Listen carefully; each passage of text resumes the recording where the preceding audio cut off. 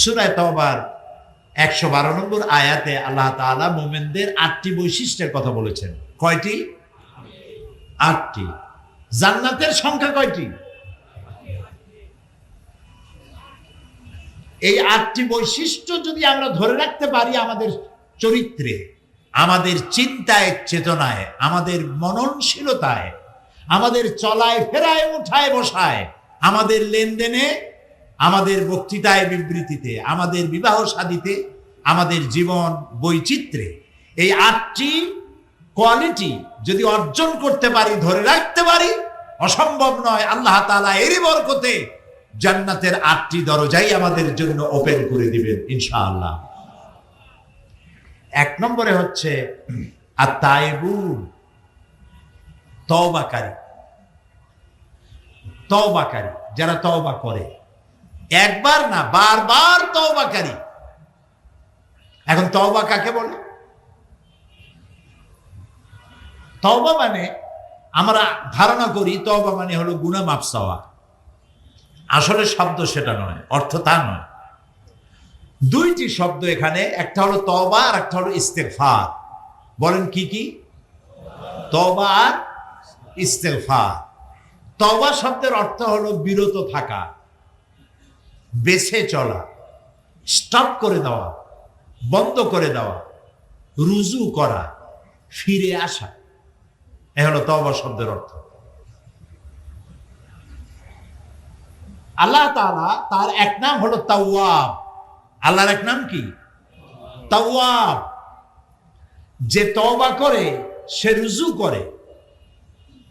মুখালেফাত, তওবা মানে গুনাহ করা মানে মুখালেফাত করা, আল্লাহর সাথে, আল্লাহর আইনের সাথে বিরোধিতা করা, এটার নামই হলো গুনাহ। গুনাহ থেকে যে তওবা করলো সে রুজু করলো, মুখালেফাত থেকে মুওয়াফাকাতের দিকে আসলো। আল্লাহর বিধান অনুযায়ী চলার নাম হলো মুওয়াফাকাত। আর আপনি যখন বিরোধিতা করবেন সেটা হলো মুখালেফাত। আপনি যখন তওবা করলেন, রুজু করলেন, যিনি তওবা করলেন তাকে বলা হয় তায়েব। যিনি তওবা করেছেন তাই কি বলা হয়? তায়েব। একটা মানুষ যখন তায়েব হয়, আল্লাহ তার প্রতি তাওয়াব হন। ও লোকটা যখন রুজু করলো, আল্লাহ তখন তার দিকে ফিরে এলেন। এই জন্য হাদিসে কুদসির ভিতরে আছে যে বান্দা যদি আমার দিকে 1 হাত 1 বিঘাত আগায়, আমার রহমত তার দিকে 1 হাত আগায়। বান্দা যদি আমার দিকে হেঁটে আসে, আমার রহমত বান্দার দিকে দৌড়ে যায়। ইয়া আইয়ুহাল্লাযীনা আমানু তুবু ইলাল্লাহি জামিআ। হে বিশ্বাসীরা, তোমরা সবাই আল্লাহর কাছে তওবা করো, ফিরে আসো। যে সব গুনাহ করেছো, গুনাহ থেকে ফিরে আসো, তওবা করো। আল্লাহ তাআলা এমন নন যে মানুষ গুনাহ করলে পরে তাকে শাস্তি দেবেনি। যদি তওবা করে আল্লাহ তার গুনাহ মাফ করে দেন। সুবহানাল্লাহ। শয়তান যখন আল্লাহর কাছ থেকে ফিরে এলো কোন অপরাধে? কয়টা গুনাহ করছিল শয়তান? বলেন না কেন? একটা অপরাধ করেছিল। তো আল্লাহ তাআলা তাকে রাজিম করলেন, মরদুদ করলেন, বিতাড়িত করলেন। শয়তান বলল যে আদমের কারণে আমার সমস্ত ইবাদত পণ্ড হয়ে গেল, আমি সেই আদমের সন্তানগুলি সবগুলিকে ওয়াসওয়াসা দিয়ে জাহান্নামে নিয়ে যাব। আল্লাহ তাআলা ফেরেশতাদেরকে অর্ডার করলেন, আমার বান্দা যদি একটা গুনার নিয়ত করে, তার আমলনামায় কোনো গুনাহ লিখবা না, কিন্তু গুনাহটা যখন করা হয়ে যাবে একটার পরিবর্তে একটা গুনাহই লিখবা। কিন্তু আমার বান্দা যদি একটি নেক কাজ করার নিয়ত করে, কাজটা সম্পাদন করে নাই, শুধু নিয়ত করেছে, আমলনামায় একটি নেকি লিখে দিবে। সুবহানাল্লাহ বলতে ইচ্ছা করবে। আর যখন নেক কাজটি সম্পন্ন হয়ে যাবে, আমার বান্দার আমলনামায় 1-এর পরিবর্তে 10টা গ্রেস মার্ক, 10 গুণ বাড়ায়া নেকি লিখে দিবা। দুনিয়ার মানুষের শাস্তির বিধান দেখেন। কেউ চুরি করলো, ডাকাতি করলো, সে গ্রেফতার হলো, জেলে গেল, 6 মাস পর আবার বেরিয়ে আসলো, আবার অপরাধ করলো, আবার জেলে গেল, আবার বেরিয়ে আসলো, আবার অপরাধ করলো, আবার জেলে গেল। যতবার অপরাধ করবে ততবার জেলে যাবে, আর থানায় তার খাতায় ব্ল্যাক লিস্টে তার নাম লিপিবদ্ধ হয়ে থাকবে, দাগি চোর, দাগি ডাকাত ইত্যাদি। কিন্তু আল্লাহ রাব্বুল আলামিনের সিস্টেম ভিন্ন। মানুষ যদি গুনাহ করে বসে আর গুনাহ থেকে যদি তওবা করে, আল্লাহ রাব্বুল আলামিন বলেন গুনাহ শুধু মাফ করি না, গুনার খাতা থেকে তার নামটা মুছেও ফেলে দেই। গুনার খাতায় তার নামও থাকে না। নবী করিম সাল্লাল্লাহু আলাইহি ওয়াসাল্লাম বলেছেন, কোন মানুষ যদি উট হারায় ফেলে, আরব দেশে উটের দাম কম না বেশি? অনেক বেশি। কারণ উট হলো মরুভূমির কি? তাও তো আপনারা জানেন, মাশাআল্লাহ। উট হলো মরুভূমির জাহাজ। এখন উট হারায় গেছে, মানুষটা কিরকম পেরেশান হয়। আল্লাহর নবী বলেন, উট হারা ব্যক্তি বহু খোঁজাখুঁজির পর উটটা পেরে পড়ে যতটা না আনন্দিত হয়, কোন গুনাহগার বান্দা গুনাহ থেকে তওবা করলে আল্লাহ রাব্বুল আলামিনের থেকে বেশি খুশি হয়ে যায়। সুবহানাল্লাহ। আপনার আমার গুনাহ যদি হয় আকাশ সমান, আল্লাহর রহমত তো তার আরশ উচ্চে পড়েছে। আল্লাহ তাআলা বলেছেন, আমার রহমত আর আমার গজব দুটিতে কম্পিটিশন হচ্ছিল। এই কম্পিটিশনে, এই প্রতিযোগিতায় আমার গজব হেরে গেছে, রহমত জিতে গেছে। সুবহানাল্লাহ, সুবহানাল্লাহ। বলেন আল্লাহ, আল্লাহ, আল্লাহ, আল্লাহ। কি মধুর নাম। নবী করিম সাল্লাল্লাহু আলাইহি ওয়াসাল্লাম বলেছেন, আল্লাহ রাব্বুল আলামিনের কাছে দুইটা ফোঁটা সব থেকে বেশি প্রিয়। একটা ফোঁটা হলো মানুষ যখন জিহাদের ময়দানে শরীর থেকে যে রক্ত ফোঁটা পড়ে, এটার গুরুত্ব আল্লাহর কাছে অনেক বেশি। আবার যখন গভীর রাত্রে বান্দা যখন চোখ দিয়া পানি ছাড়ে গুনাহ করেছে বলে অপরাধের ফিলিংস উঠেছে, আল্লাহর কাছে হাত তুলেছে, চোখের পানি ফেলেছে, আল্লাহর নবী বলেন অনুতপ্ত আর অনুশোচনা করে চোখের পানি নাকের অর্ধেক আসতে না আসতে আল্লাহ রাব্বুল আলামিন তার গুনাহ মাফ করে দেন। কত দয়া এ কোরআনে ভরা। যেখানে জব্বার, কাহ্হার নাম আল্লাহ ব্যবহার করেছেন, পাশেই ওদুদ, রহিম এ নাম ব্যবহার করেছেন। যেখানে জাহান্নামের কথা, বান্দা যেন ভয় না পায়, সাথেই আবার জান্নাতের কথা। সুবহানাল্লাহ। গফুরুর রহিম তিনি। সুবহানাল্লাহ। বলেন সুবহানাল্লাহ। আবারও বলেন সুবহানাল্লাহ, আবারও বলেন সুবহানাল্লাহ। কি দয়া তার।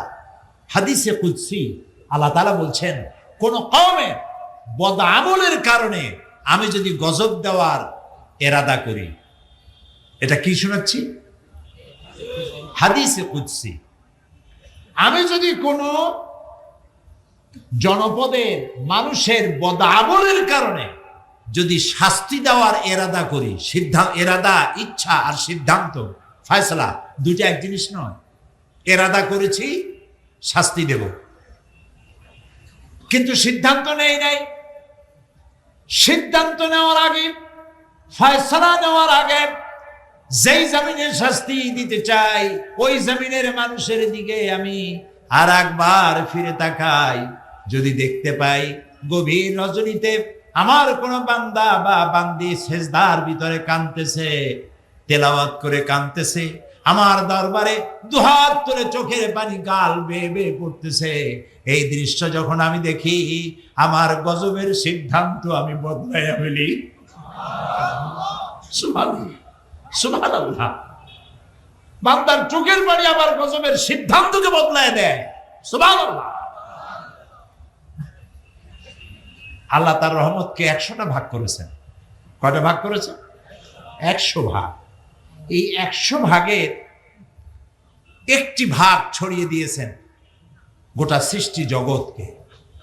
সেই একটি ভাগের যতটুকুন পেয়েছে মুরগি, আপনারা মুরগি তো বলেন নিশ্চয়ই, তাই বলে না? একটি ভাগ পেয়েছে মুরগি, সেই মুরগির বাচ্চার উপরে আক্রমণ করতেছে চিল। মা মুরগি বুঝতে পারে চিড়া মারে ছো দিয়ে নিয়ে যেতে পারে, তারপরেও বাচ্চাগুলিকে সিগন্যাল দেয়, একটা আওয়াজ করে, আর বাচ্চা বুঝতে পারে যে এই সিগন্যালের অর্থ কি। বাচ্চা পালায়, ডানার তলে আসে, আশেপাশে কোথায় পালায় যায়, বিপদ সংকেত। আর মা সিলকে তাড়া করে। পাতিশিয়াল আসছে বাচ্চা নেওয়ার জন্য, পাতিশিয়াল বলেন তো, এই পাতিশিয়াল আসছে, পাতিশিয়ালের উপর ঝাঁপায় পড়ে। আপনি মুরগির মালিক, ওর বাচ্চা ধরতে যান, দেখবেন আপনাকে কিভাবে মারে, ঠিক না? যেটুকুন মায়া সে পেয়েছে, এক ভাগ সারা দুনিয়ায় দেওয়ার পর যেটুকুন সে পেল,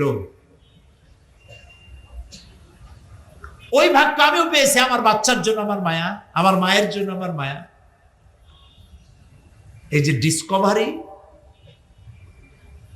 অ্যানিমেল প্ল্যানেট, ন্যাশনাল জিওগ্রাফি, এগুলি আছে না টিভিতে, এর মধ্যে একবার দেখতেছিলাম, ছবি দেখতে দেখতে, এগুলি আমার খুব পছন্দের।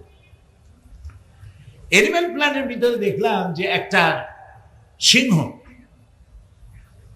সে হরিণের পালকে তাড়া দিয়েছে, হরিণ ঊর্ধ্বশ্বাসে দৌড়াচ্ছে। একটা বাচ্চা, হরিণের বাচ্চা, সে বোধহয় 1 দিন 2 দিন তার বয়স হবে, কি 2-3 দিন বয়স হবে, হাঁটতে দৌড়াইতে পারতেছে না, উঠতেছে পড়ে যাচ্ছে। সিংহ দেখলো সব হরিণ পালায় গেছে, ওই বাচ্চাটার কাছে আসছে। তা আমি মনে করছি বাচ্চাটা এখনই খেয়ে ফেলবে। বাচ্চাটা শুয়ে পড়লো, সিংহী বাচ্চাটাকে হাত দিয়ে এভাবে উঁচু করলো, সে দাঁড়াইলো, আবার পড়ে গেল। এবার ওই সিংহী কি দেখলাম বাচ্চাটাকে এইভাবে ঠেলতে ঠেলতে নিয়ে নিজের বাচ্চাগুলির কাছে নিয়ে গেল, যে কাইট হয়ে শুয়ে পড়লো। ওর বাচ্চারাও দুধ খাচ্ছে, হরিণের বাচ্চাটাও ওই সিংহের দুধ খাচ্ছে। সিংহের পশুত্ব মাতৃত্বের স্নেহের সামনে হার মেরে গেছে। 100 ভাগের 1 ভাগের কতটুকুন পায়া সিংহ তার পশুত্ব ভুলে গেছে, হিংস্র ভাব ভুলে গেছে। দিনের বেলায় তার হাত সম্প্রসারিত করে রাখেন, যাতে রাতের গুনাহগারেরা মাপ চায়। হাদিস, কিয়ামত পর্যন্ত আল্লাহ তাআলা দিনের বেলায় তার রহমতের হাত প্রসারিত করে রাখেন, যাতে রাতে যারা গুনাহ করছে তারা যেন মাপ চেয়ে নেয়। আবার রাতের বেলায় 2 হাত প্রসারিত করে রাখেন, যাতে করে দিনের গুনাহগারেরা রাতের বেলায় উঠে চোখের পানি ফেলে গুনাহ মাপ চায়। সূর্য যতক্ষণ পশ্চিম দিগন্ত থেকে উদিত না হচ্ছে, ততদিন পর্যন্ত আল্লাহ তাআলা তার রহমতের হাত বিস্তার করে রাখবেন। আর তাইবুন, বেশি করে তওবা করো, গুনাহ মাপ চাও আল্লাহর কাছে। গুনাহ মাফ করার ক্ষমতা কারো নাই। গুনাহ মাফ করতে কে পারে? সবাই বলে, ওয়াইজা ফাআলু ফাহিশাতান আও যালামু আনফুসাহুম যাকারুল্লাহ। যখন কোনো মানুষ গুনাহ করে, ওয়াইজা ফাআলু ফাহিশাতান, কোন অশ্লীল কাজ করে বসলো, আও যালামু আনফুসাহুম, অথবা নিজের নফসের উপর জুলম করেছে, অত্যাচার করেছে, গুনাহ করেছে, যাকারুল্লাহ, তখন তার স্মরণ হলো, আহারে আমার তো আল্লাহ আছে। সুবহানাল্লাহ বলেন না, সুবহানাল্লাহ। আহারে আমি তো গুনাহ করে ফেলছি, আমি তো মানুষের মতো কাম করি নাই, আমি তো পশুর মতো কাম করেছি। করে না মানুষে? কি কি করে তো বলার দরকার নেই, আপনি বুঝিয়ে নেন। তা আমি তো পশুর মতো কাম করে ফেলেছি, আমি তো অন্যায় করে ফেলেছি। যাকারুল্লাহ, আল্লাহর কথা তার স্মরণ হলো, ফাস্তাগফারু, তখন সে আল্লাহর কাছে ক্ষমা চাইল। আল্লাহ তাআলা বলছেন, গুনাহ করছে বান্দা, আর যখন বুঝলো তার একজন রব আছে, তার কাছে জবাবদিহি করতে হবে, সে গুনার জন্য অনুশোচনা করলো, চোখের পানি ফেললো, আমাকে ক্ষমাশীল হিসাবে বান্দা আমাকে কাছে পাবে। সুবহানাল্লাহ, সুবহানাল্লাহ, সুবহানাল্লাহ। আল্লাহ তাআলা বলছেন, ইয়া আইয়ুহাল্লাযীনা আমানু তুবু ইলাল্লাহি তাওবাতান নাসুহা। তওবা নাসুহা করো। তওবা নাসুহাটা কি? তওবা নাসুহাটা হচ্ছে এমন তওবা হবে যে তওবাটা গুনাহ 2 প্রকারের হয়, একটা হয় আল্লাহর সাথে আর একটা হয় বান্দার সাথে। গুনাহ কয় রকম হয়? 2 রকম, একটা আল্লাহর সাথে আর একটা বান্দার সাথে। তো আল্লাহর সাথে যে গুনাহটা হবে, সেজন্য আল্লাহর কাছে ক্ষমা চাইতে হবে, এই গুনাহ আর করবো না, আল্লাহ তুমি মাফ করে দাও। আর বান্দার সাথে যে গুনাহটা হবে, সেই গুনাহটা যার সাথে হয়েছে, কারো হক নষ্ট করেছেন, আইল কি বলে, কেলানি, ঠেলানি, আইল ঠেলানি করছেন, তারপরে সুদ খেয়েছেন, ঘুষ খাইছেন, যারটা তারে ফিরাই দিতে হবে, যারটা তারে ফিরাই দিতে হবে।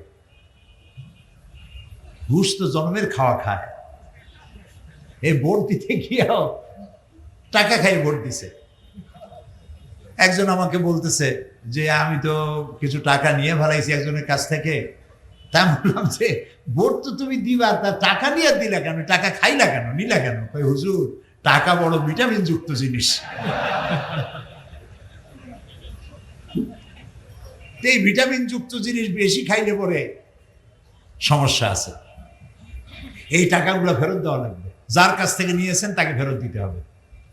যতক্ষণ না যে বান্দার হক নষ্ট করেছেন সেই বান্দার হক যতক্ষণ না তার কাছে ফেরত না দিবেন, ক্ষমা না চাইবেন, তিনি যতক্ষণ ক্ষমা না করবেন, আল্লাহ এত মহা শক্তিধর, আল্লাহ রাব্বুল আলামিন এই অপরাধ ক্ষমা করবেন না, করবেন না, করবেন না।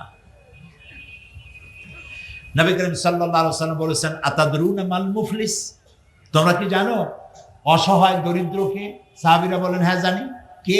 বললো যে যার উট নাই, ভেড়া নাই, গরু নাই, ছাগল নাই, বাড়ি নাই, ঘর নাই, এই তো গরিব। রাসূলুল্লাহ বললেন, এই অর্থে আমি বলি নেই। মুফলিস অসহায়, গরিব, দরিদ্র, নিঃস্ব ওই ব্যক্তি হবে কিয়ামতের দিন যে অনেক নামাজ, রোজা, তাহাজ্জুদ ইত্যাদি নিয়ে আল্লাহর দরবারে হাজির হবে, জান্নাতে যাওয়ার মতো সব তার আছে। এমন সময় দেখা যাবে লাইন দেওয়া লোক দাঁড়ানো, একজন এসে বলবে আল্লাহ তাআলা আমি তার কাছে এত টাকা পাবো, আর একজনে বলবে আমার জমিন উল্টাই দিছে, আইল ঠেলছে, আইল কি ঠেলুনি করছে, আইল ঠেলিছে, আইল ঠেলে। আর একজন বলবে ঘুষ খাইছে, আর একজন বলবে তারে ভোট দিই নাই, এই জন্য আমার ঠ্যাং ভাঙ্গি হাতে ধরাই দিছে। এই নানান রকমের অভিযোগ নিয়ে হাজির হবে কিয়ামতের ময়দানে এই ব্যক্তির বিরুদ্ধে। তো আল্লাহ তাআলা এখন ওরে যদি বলে যে ওর টাকা ফেরত দাও, ওর টাকা আছে ওখানে, ওখানে টাকা চলবে? আচ্ছা টাকা না চললে ডলার তো চলবে, পাউন্ড তা চলবে না। এখানে নেকি ছাড়া আর কিছু নেই। আল্লাহ তাআলা ফয়সালা দিবেন, ওর নেকি দিয়া ওর পাওনা মিটাও। তারপরে ফরজ গেল, ওয়াজিব গেল, সুন্নত গেল, নফল গেল, মুস্তাহাব গেল, যা যা সব কামাই করছিল সবগুলি দেনাদারদের দেওয়ার পরেও রাসূলুল্লাহ বলছেন যে তার পাওনাদার আরো বাকি আছে। তখন আল্লাহ তাআলা ফয়সালা করবেন, ওদের পাপ এর মাথায় দিয়ে একে জাহান্নামে পাঠায় দাও। নাউজ বলেন, নাউযু বিল্লাহি মিন যালিক। এটা হলো মুফলিস, এটা হলো অসহায়। এর থেকে দরিদ্র, এর থেকে অসহায় আর কেউ হতে পারে না। আল্লাহ আমাদেরকে মাফ করুন, আমরা বলি আমিন। এই যে কাবা শরীফ তওয়াফ করে আপনারা গেছেন না? আপনাদের তো অনেক পয়সা, সিলেটের মানুষের আলহামদুলিল্লাহ। যারা যান নাই যাবেন, যাবেন। আল্লাহ যাওয়ার তৌফিক দিন, বলেন আমিন, বলেন সবাই আমিন। কাবা শরীফের মজাই আলাদা, সুবহানাল্লাহ। একটি কালো ঘর, কোন শৈল্পিক সৌন্দর্য কাবা শরীফের নাই। কালো পাথর, কালো চাদর দিয়ে ঢাকা। কিন্তু আমি যতবার দেখি আমার কাছে মনে হয় যেন সারা দুনিয়ার সব সৌন্দর্য দিয়ে ঘরটা তৈরি করা হয়েছে, চোখ ফিরানো যায় না। এখানে তওয়াফের মধ্যে মানুষ যখন তওয়াফ করে ষষ্ঠ চক্করে একটা দোয়া আছে, আল্লাহুম্মা ইন্না আলাইয়া হুকুকান কাসীরান ফীমা বাইনি ওয়া বাইনা। আয় আল্লাহ তাআলা, তোমার সাথে আর আমার সাথে, আর তোমার বান্দার সাথে আর আমার সাথে কিছু দেনা পাওনা আছে। এই দেনা পাওনাগুলি কিভাবে শোধ হবে? তো তোমার কাছে আমার কাছে তোমার যা দেনা ছিল, আমি তো তোমার বান্দা, আমি তোমার গোলাম, আমার কাছে তোমার যা দেনা ছিল তুমি সব শোধ করেছো। সুবহানাল্লাহ বলে। আমি চোখ চাই নেই, একটার জায়গায় দুইটা চোখ দিছো, দুইটা কান দিছো, হাত দিছো, যৌবন দিছো, পাও দিছো, সন্তান দিছো, জায়গা দিছো, বাড়ি দিছো, টাকা দিছো, গাড়ি দিছো, কি দাও নাই? আমাকে সৃষ্টি করার পর সমস্ত দেনা, আমাকে দেওয়ার দেনাগুলি সব তুমি শোধ করেছো, কিন্তু তোমার কোনো দেনা আমি পরিশোধ করতে পারিনি, আমি তোমার কাছে ঋণী হয়ে আছি। এক। দুই নম্বরে, তোমার বান্দার সাথে আমার অনেক দেনা পাওনা আছে। তোমার বান্দার কাছে যে আমার যে দেনা পাওনা আছে, ওই দেনা পাওনাগুলি আমি যেন শোধ করতে পারি, সে তৌফিক তোমার কাছে কামনা করি। আর আমি যে তোমার কাছে দেনা হয়ে আছি, সেই দেনার শোধ করার একটাই পথ, তুমি দয়া করে আমাকে মাফ করে দাও। আল্লাহ তাআলা বলছেন মুমিনদের জন্য 8টি বৈশিষ্ট্যের কথা এখানে বলছেন। তার প্রথম বৈশিষ্ট্য হচ্ছে আত-তাইবুন, প্রত্যাবর্তনকারী, তওবাকারী। প্রথম বৈশিষ্ট্য কি? তওবা। প্রথম বৈশিষ্ট্য কি? তওবাকারী। তওবা মানে হচ্ছে ফিরে আসা। আত-তাইবুন এর অর্থ হচ্ছে প্রত্যাবর্তনকারী, বারবার প্রত্যাবর্তনকারী, একবার না, বারবার প্রত্যাবর্তনকারী। এটি আল্লাহ তাআলা আমাদের জন্য একটি সুযোগ করেছেন। আমরা তো মানুষ মাত্রই গুনাহ করে। গুনাহ করা কি আমাদের জন্য অস্বাভাবিক না স্বাভাবিক? খুবই স্বাভাবিক। এটা আল্লাহর চাইতে কেউ ভালো বোঝে না। সেই জন্য আল্লাহ তাআলা বলছেন আত-তাইবুন, বারবার প্রত্যাবর্তনকারী, বারবার তওবাকারী। পৃথিবীতে এমন কেউ নাই যে আপনি অপরাধ করবেন আর আপনাকে ডেকে বলা হবে যে এসো আমি তোমাকে ক্ষমা করে দেই। এরকম কেউ কি বলবে? বলেন। আমরা যদি আমাদের বাপের সাথে বেয়াদবি করি, আল্লাহ না করুক, মায়ের সাথে বেয়াদবি করি, মা বাপ কি বলবে যে আয় বেটা তোরে মাফ করে দেই, আয় মাফ চা, মাফ করে দেবো? বলবে? মা এবং বাবা সন্তানের জন্য কল্যাণকামী। মা বাবা মনে মনে এটা ফিল করেন, ছেলেটা যদি এত বড় বেয়াদবি করলো, যদি মাপ চাইতো মাফ করে দিতাম, এটা ফিল করেন, কিন্তু মুখ খুলে বলবেন না যে আয় মাফ করে দেই। আকাশ আর জমিনে একমাত্র সত্তা যার নাম আল্লাহ রাব্বুল আলামিন। বান্দা গুনাহ করে, আল্লাহ রাব্বুল আলামিন বলেন আয় যত গুনাহ করেছিস ক্ষমা চা, আমি মাফ করে দেব। মানুষ গুনাহ করবে আর আল্লাহ তাআলা ক্ষমা করবেন, কারণ তার নাম হচ্ছে রহমান রহিম। এর অর্থ এই নয় যে আপনি জেনে বুঝে গুনাহ করবেন আর মাপ চাইতে থাকবেন, গুনাহ করবেন আর মাপ চাইতে থাকবেন। এক পর্যায়ে মনে করবেন যে গুনাহ করি নেই, তারপরে বুড়া বয়সে মাপ চাই নেব। এরকম যদি হয় তাহলে এই ধরনের তওবা নিয়ে যারা তামসা করে, তওবার দরজা তাদের জন্য নয়। তবে আল্লাহ তাআলা হচ্ছেন মেহেরবান, তিনি মানুষের তওবার দরজা খোলা রাখবেন সূর্য যতদিন পর্যন্ত পশ্চিম দিক থেকে উদয় না হয়, ততদিন পর্যন্ত তওবার দরজা খোলা থাকবে। 1। 2 নম্বরে, তওবার দরজা বন্ধ হবে একজন মানুষের জন্য তখন যখন সে মার্জে মওতে মুবতালা হবে এবং মৃত্যুর কারণে তার গলা দিয়ে গড়গড় করে আওয়াজ আসতে থাকবে, সেই পর্যন্ত তওবা দরজা খোলা থাকবে। কিন্তু যখন মরণের যন্ত্রণা শুরু হয়ে গেল, গড়গড় করে আওয়াজ বেরোতে থাকলো, তারপরেও যদি তওবা না করে তাহলে আর তওবা থাকলো না। এই পর্যন্তই আল্লাহ তার তওবার রাস্তা খোলা রাখেন। এই পৃথিবীতে সবথেকে মাসুম ব্যক্তি হচ্ছেন কারা? নিষ্পাপ ব্যক্তি কারা? আম্বিয়া আলাইহিমুস সালাম। নবীরা নিষ্পাপ, মাসুম, বেগুনাহ, তাদের কোনো গুনাহ নাই। নবী করিম সাল্লাল্লাহু আলাইহি ওয়াসাল্লাম 40 বছর বয়সের সময় নবুয়ত পেয়েছিলেন। এই 40 বছরের মধ্যে, নবুয়ত পূর্ব 40 বছরে তিনি কি কোনো গুনাহ করেছেন? এরকম আস্তে ঠান্ডা ঠান্ডা জবাব আমি কামনা করি না। যারা জানেন তারা জবাব দিবেন। নবুয়ত পূর্ব 40 বছর জীবনে রাসূলুল্লাহ কোনো গুনাহ করেছেন? নবুয়ত পাওয়ার পর মৃত্যু পর্যন্ত একটি গুনাহও কি করেছেন?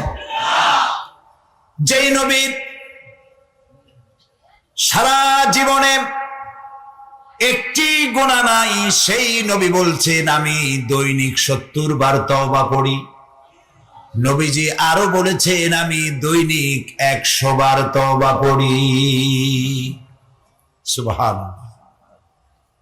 রাতে দিনে 24 ঘন্টা গুনাহ করি, আমরা তওবা করি না। আর রাসূলুল্লাহ দৈনিক 100 বার তওবা করতেন। নামাজ পড়তেন, সালাম ফিরিয়ে বলতেন আল্লাহু আকবার, এরপর 3 বার বলতেন আস্তাগফিরুল্লাহ, আস্তাগফিরুল্লাহ, আস্তাগফিরুল্লাহ। কয়বার বলতেন? মনে থাকবে আপনাদের? আজকের এশার নামাজের থেকে আমল করবেন। ইমাম যখনই সালাম ফিরাবে আপনি কি বলবেন? আল্লাহু আকবার বলেন সবাই। তারপরে 3 বার কি বলবেন? আস্তাগফিরুল্লাহ, আস্তাগফিরুল্লাহ, আস্তাগফিরুল্লাহ 3 বার।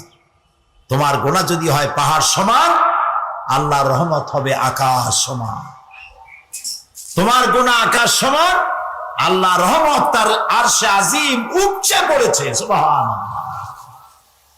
এত দয়া, এত মেহেরবান, এত রহমত আল্লাহ তাআলা। সেই জন্য আল্লাহ তাআলা বলছেন আত-তাইবুন, মুমিনের সবথেকে বড় বৈশিষ্ট্য, 1 নম্বর বৈশিষ্ট্য, সে তওবা করবে, বারবার তওবা করবে।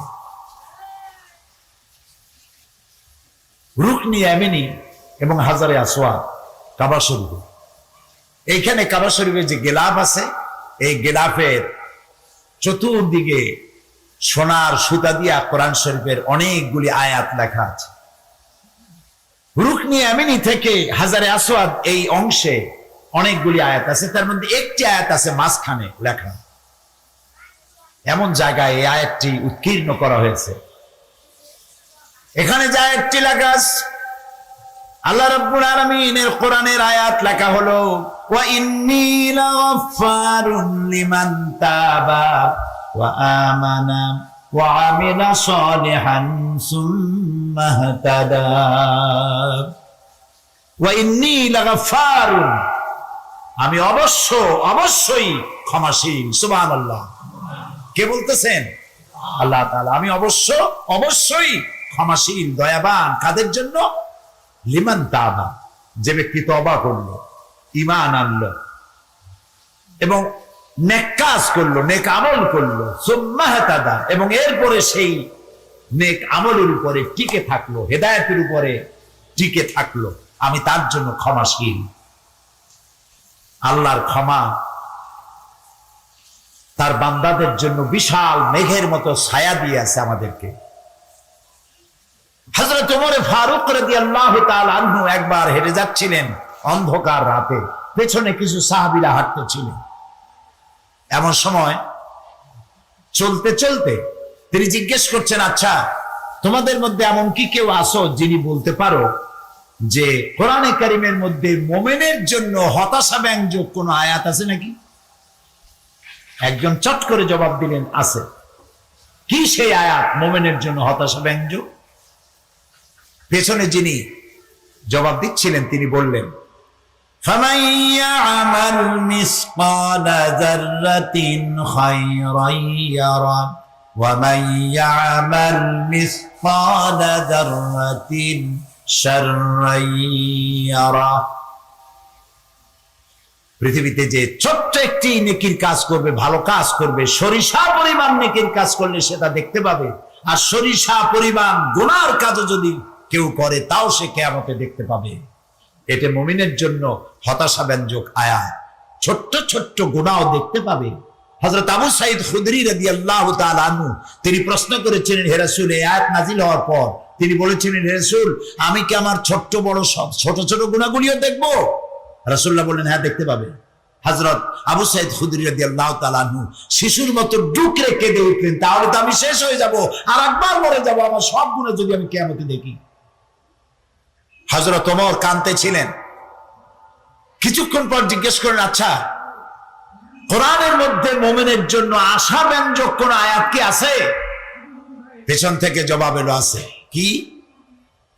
তিনি জবাবে বললেন, কুল ইয়া ইবাদিয়াল্লাযীনা আসরাফু আলা আনফুসিহিম লা তাকনাতু মির রাহমাতিল্লাহ ইন্নাল্লাহা ইয়াগফিরু যুনুবা জামিআ। হে নবী, আপনি বলুন, হে আল্লাহর বান্দারা, তোমরা যারা নিজের নফসের উপরে জুলম করেছো, অত্যাচার করেছো, লা তাকনাতু মির রাহমাতিল্লাহ, আল্লাহর রহমত থেকে মায়ুস হয়ে যেও না, নিরাশ হয়ে যেও না, হতাশ হয়ে যেও না। সুবহানাল্লাহ। নিশ্চয়ই আল্লাহ তাআলা সমস্ত গুনাহ খাতাকে মাফ করে দিবেন। সুবহানাল্লাহ। হযরত ওমর কান্না জড়িত কণ্ঠে বললেন, আচ্ছা তোমাদের মধ্যে কি আব্দুল্লাহ ইবনে মাসউদ আছে নাকি? আব্দুল্লাহ ইবনে মাসউদ বললেন, আমি তো আপনার প্রশ্নের জবাবগুলি দিচ্ছিলাম। সুবহানাল্লাহ। আব্দুল্লাহ ইবনে মাসউদ ছিলেন রাখাল, উট ছাগল ভেড়া চড়ায় বেড়াতেন, রাখাল। আব্দুল্লাহ ইবনে মাসউদের মতো রাখালকে এই কোরআন শরীফ তাকে রাইসুল মুফাসসিরিন বানিয়ে দিয়েছে। সুবহানাল্লাহ। খাট্ট মানুষ ছিলেন, ছোট্ট মানুষ ছিলেন। একবার তিনি গাছে উঠতেছিলেন, খেজুর গাছে খোরমা পাড়বার জন্য। সাহাবায়ে কেরাম যারা নিচে দাঁড়ানো ছিলেন, হযরত আব্দুল্লাহ ইবনে মাসউদকে তার ছোট্ট ছোট্ট পা দেখে নিচে হাসাহাসি করতেছিলেন। রাসূলুল্লাহ লক্ষ্য করলেন, বললেন, সাহাবীরা তোমরা আব্দুল্লাহ ইবনে মাসউদের ছোট পা দেখে হাসতেছো? কিয়ামতের দিন আব্দুল্লাহ ইবনে মাসউদের দুটো পা আল্লাহর দরবারে উহুদ পাহাড়ের চাইতে ওজন বেশি হয়ে যাবে। সুবহানাল্লাহ। কত বড় আলেম ছিলেন তিনি।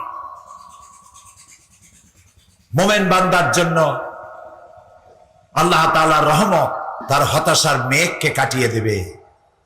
গুনাহ যারা আমরা করেছি, গুনাহ থেকে বাঁচার পথ কি? গুনাহ থেকে মাপ পাওয়ার পথ কি? নবীজি বলেছেন, আল্লাহ রাব্বুল আলামিন 3000 বছর ধরে জাহান্নামের আগুনকে উত্তপ্ত করেছে।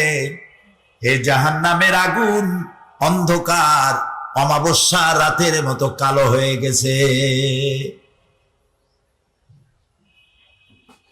এই জাহান্নামের আগুন যদি পৃথিবীর সব সমুদ্রের মহাসমুদ্রের পানি যদি ঢেলে দেওয়া হয়, জাহান্নামের আগুন নিভবে না। জাহান্নামের আগুন সমুদ্র মহাসমুদ্রের পানিতে আগুন নিভবে না, কিন্তু গুনাহগার বান্দার অনুশোচনা আর অনুতপ্ত আর অনুশোচনার 2 ফোঁটা চোখের পানি তার জন্য নির্ধারিত জাহান্নামের আগুন নিভে যেতে পারে। বান্দা যখন গভীর রাত্রি আরামের ঘুমকে হারাম করে তাহাজ্জুদের নামাজ পড়ে আল্লাহর দরবারে হাত তুলে যদি কান্দে, রব্বুল আলামিন শয়তানের ওয়াসওয়াসায় পড়ে গুনাহ করেছি, মাফ করে দাও। নবীজি বলেন, চোখের পানি নাকের অর্ধেক আসতে না আসতে আল্লাহ রব্বুল আলামিন তার এই ক্রন্দনরত বান্দাকে মাফ করে দে। সুবহানাল্লাহ, সুবহানাল্লাহ। আল্লাহ তাআলা অসীম রহমতের মালিক। এই পৃথিবীর বাজার ঘাট, অফিস আদালত সন্ধ্যা আসতে থাকে, দিনের বেলায় চলতে থাকে, আসর হতে থাকে, আর সব একটা একটা করে বন্ধ হতে থাকে। আর আল্লাহর অফিসের অবস্থা ভিন্ন। দুনিয়া রাত যত বাড়তে থাকে, অফিস আদালত দোকানপাট সব বন্ধ হতে থাকে। আর আল্লাহ তাআলার অফিসের অবস্থা ভিন্ন। রাত যত গভীর থেকে গভীরতর হতে থাকে, আল্লাহ তাআলার রহমতের অফিসগুলি তত কর্মচঞ্চল হয়ে ওঠে। সুবহানাল্লাহ, আল্লাহু আকবার। আল্লাহ তাআলা আরশে আজিম থেকে প্রথম আকাশে আসেন। কি দয়া তার! প্রথম আকাশে আসেন আর বলতে থাকেন, কে আছো গুনাহ করে জীবনটাকে বরবাদ করে দিয়েছো, আমাকে বলো, মাফ করে দেব। সুবহানাল্লাহ, মাফ করে দেব। বান্দা যখন গভীর রাত্রে কাঁদতে থাকে, তাহাজ্জুদের নামাজ পড়ে দেখবেন এর চাইতে মজার কিছু নাই পৃথিবীতে। গভীর রাত্রে যখন পৃথিবীটা ঘুমিয়ে যায়, প্রিয় ভাই সব, মানুষ যে প্রেম করে, পত্রিকা বিজ্ঞাপন দিয়ে প্রেম করে, বোঝেন কথা? পত্রিকা বিজ্ঞাপন দিয়ে প্রেম করে, মাইকিং করে প্রেম করে। প্রেম করে কিভাবে? গোপনে। গোপনে। মুমিন ব্যক্তি প্রেম করবে কার সাথে? ঢাকঢোল পিটায় করা যাবে না, মাইকিং করে করা যাবে না। আল্লাহ তাআলা বলছেন, প্রেম করার জন্য আমি একটা নির্জন পরিবেশ তৈরি করে দেই। দিনের কোলাহল শেষ হয়ে গেল, সূর্য অস্তমিত হয়ে গেল, রাতের একটি কালো চাদর দিয়ে দুনিয়াটাকে ঢেকে দিলাম। এখন তুমি জাগ্রত হও, একটু ঘুমাও, তারপরে জাগ্রত হও, ওযু করো, জানামাজে দাঁড়িয়ে যাও। বান্দা যখন গভীর রাত্রি নির্জন পরিবেশে উজু করে সেজদায় যখন চলে যায়, লম্বা লম্বা সেজদা দিয়া চোখের পানি ফালায়, দেখেন কি মজা। নামাজ পড়ে যায়, নামাজে বসে ডাকতে থাকুন, ইয়া আল্লাহু ইয়া রহমানু ইয়া রহিমু ইয়া হাইয়ু ইয়া কাইয়ুম। পড়েন সবে আমার সাথে, ইয়া আল্লাহু ইয়া রহমানু ইয়া রহিমু ইয়া হাইয়ু ইয়া কাইয়ুম, ইয়া আল্লাহু ইয়া রহমানু ইয়া রহিমু ইয়া হাইয়ু ইয়া কাইয়ুম। গভীর রাত্রে সবাই যখন ঘুমানো, আপনি এভাবে নরম করে একটু একটু করে সুন্দর করে আল্লাহর পবিত্র নাম ডাকতে থাকুন, চোখ দিয়া পানি পড়তে থাকবে। আল্লাহ রাব্বুল আলামিন ফেরেশতারে দেখে বলেন, ফেরেশতা দেখ আমার বান্দা কান্দে কেন? আল্লাহ বলেন, হ্যাঁ জানি, তোমাদের মুখ থেকে শুনতে চাই, বলো কান্দে কেন? ফেরেশতারা বলে, রব্বুল আলামিন তোমার বান্দারা গুনাহ করেছে, জাহান্নামের ভয়তে ওরা কান্দে। আল্লাহ জিজ্ঞেস করেন, আমার ফেরেশতারা, আমার এই বান্দারা কি দোজখ দেখেছে নাকি? কয় না, দোজখ দেখে নাই।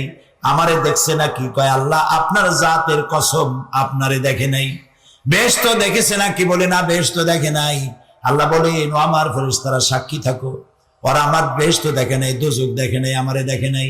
শুধুমাত্র আমার নবীর কথা, আমার কোরআনের কথা বিশ্বাস করে আমাদের ঘুমকে হারাম করে যেভাবে কাঁদতেছে লক্ষ্য করে দেখো, আমার রহমতের দরিয়ায় জোশ মেরে গেছে।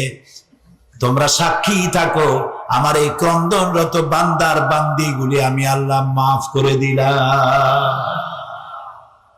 সুবহানাল্লাহ। প্রিয় ভাই সব, আত-তাইবুন, তওবা করুন। যত বেশি বেশি পারি আমরা তওবা বেশি করে করব। আল্লাহ যেন কবুল করেন, বলেন আমিন। আল্লাহ তাআলা দেওয়ার জন্য প্রস্তুত। যে চায় না আল্লাহ তার উপরে রাজি নারাজ হয়ে যান। কবি বলছেন, हर हमेशा देने को वो तैयार है, जो न मांगे उससे वो बेजार है। সব সময় দিতে আমার আল্লাহ প্রস্তুত, যে চায় না আল্লাহ তার উপরে নারাজ হয়ে যান। প্রিয় ভাই সব, আল্লাহর কাছে তওবা করলে আল্লাহ মাফ করে দিবেন। তবে গুনার একটি সীমা থাকা উচিত, সীমা ছাড়া যেন গুনাহ আমরা না করি। গুনাহ থেকে সব সময় তওবা করতে হবে। এই গুনাহ থেকে বাঁচার জন্য একটা পদ্ধতি আছে, বলবো কি? বলবো? সেটি হচ্ছে মুহাসাবা, আত্মসমালোচনা করা। রাত্রিবেলায় যখন আমরা ঘুমাতে যাই, বেডে গিয়ে ঘুমাবার আগে চিন্তা করুন, আল্লাহ আজকের সকাল থেকে নিয়ে এই ঘুমাবার বিছানা পর্যন্ত আসতে কয়টা মিথ্যা কথা বলেছি আজ? মনে পড়বে না? জবাব দেন। মানুষের সাথে কয়টা ওয়াদা খেলাপ করেছি? মনে পড়বে না? ওজনে কম দেওয়া, খাদ্যে ভেজাল দেওয়া, শয়তানি করা ইত্যাদি যা কিছু করা হয়েছে, মনে পড়বে না? তওবা করবেন, আল্লাহ আস্তাগফিরুল্লাহ আস্তাগফিরুল্লাহ আস্তাগফিরুল্লাহ, আল্লাহ তাআলা আমি ভুল করছি, এই গুনাহগুলি আমি আগামীকাল আর করব না, তুমি আমারে মাফ করে দাও। প্রত্যেক রাত্রে যদি আত্মসমালোচনা করা যায়, শোয়ার সময় মুহাসাবা করা যায় যে আজকের দিনে কত গুনাহ করছি, কালকে এগুলি করব না, এইভাবে মানুষ সংশোধন হতে পারে, পারফেক্ট হয়ে যেতে পারে। আমরা কি এটা করা শুরু করব আজকে থেকে? করব। আল্লাহ তৌফিক দিন। আমরা বলি আমিন, আমরা বলি আমিন। প্রিয় ভাই সব, আল্লাহ তাআলার মধ্যে দুইটা সিফত সব থেকে বেশি ক্রিয়াশীল। আল্লাহ তাআলার মধ্যে দুইটা সিফত সব থেকে বেশি ক্রিয়াশীল। একটা হলো রহম আর একটা হলো করম, দয়া আর দান। দান করতে গিয়ে তিনি তাকিয়ে দেখেন না শত্রু এবং মিত্রকে, সমানে দিতে থাকেন, কারণ তার নাম হচ্ছে রহমান। সুবহানাল্লাহ বলে, তার নাম করিম। হাদিসে কুদসিতে এসেছে, রাসূলুল্লাহ আল্লাহ তাআলা বলেছেন, এই পৃথিবীর দাম যদি আমার কাছে একটা মশার দানার তুল্য হতো, আমি কাফেরকে এক ঢোক পানি গিলতে দিতাম না। এই পৃথিবীর কোনো দাম আল্লাহর কাছে নাই। কুলু ওয়া তামাত্তাউ, খার ফুর্তি কর, জবাব একদিন দিতে হবে। তা আল্লাহ তাআলার মধ্যে কারিমিয়ত, দয়া, কি বলে, দান, দানশীলতা, এই সেপটটা দারুণ ভাবে ক্রিয়াশীল। আরেকটি হলো রহম, দয়া।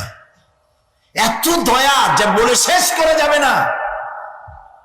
আপনি অপরাধ করবেন, গভর্নমেন্ট আপনাকে গ্রেফতার করবে, চুরি ডাকাতি যেটাই করেন গ্রেফতার করা হবে, জেল থেকে মুক্ত হবেন, কিন্তু থানায় যে অপরাধের লিস্টে, অপরাধীদের লিস্টে আপনার নাম ছিল, ওই নাম কিন্তু কাটা হবে না।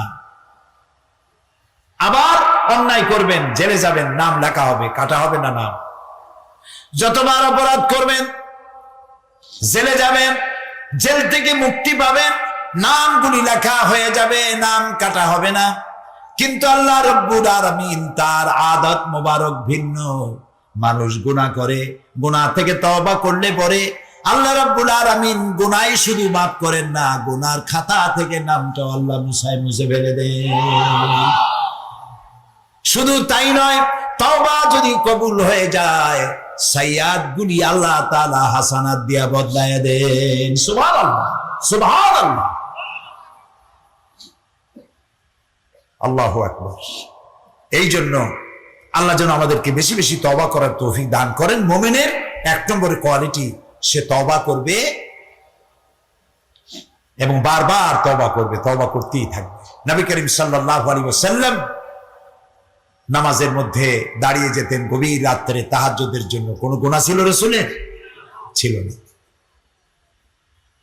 হযরত আয়েশা রাদিয়াল্লাহু তাআলা আনহা বলেছেন, রাসূল যখন নামাজ শুরু করতেন, সূরা বাকারা, সূরা আলে ইমরান, সূরা নিসা, সূরা মায়েদা, সূরা আরাফ একটার পর একটা শেষ হয়ে যাচ্ছে। আমার মনে হচ্ছিল যে এক রাকাতেই বোধহয় রাত শেষ করে ফেলবে। রুকুতে যেতেন, মনে হতো এই রুকু থেকে বোধহয় আর উঠবেন না। সেজদা দিতেন, মনে হতো রাসূলুল্লাহ ইন্তেকাল করেছেন, কোনো সারা শব্দ নাই। ভাবতাম রাসূলুল্লাহ মারা গেলেন নাকি।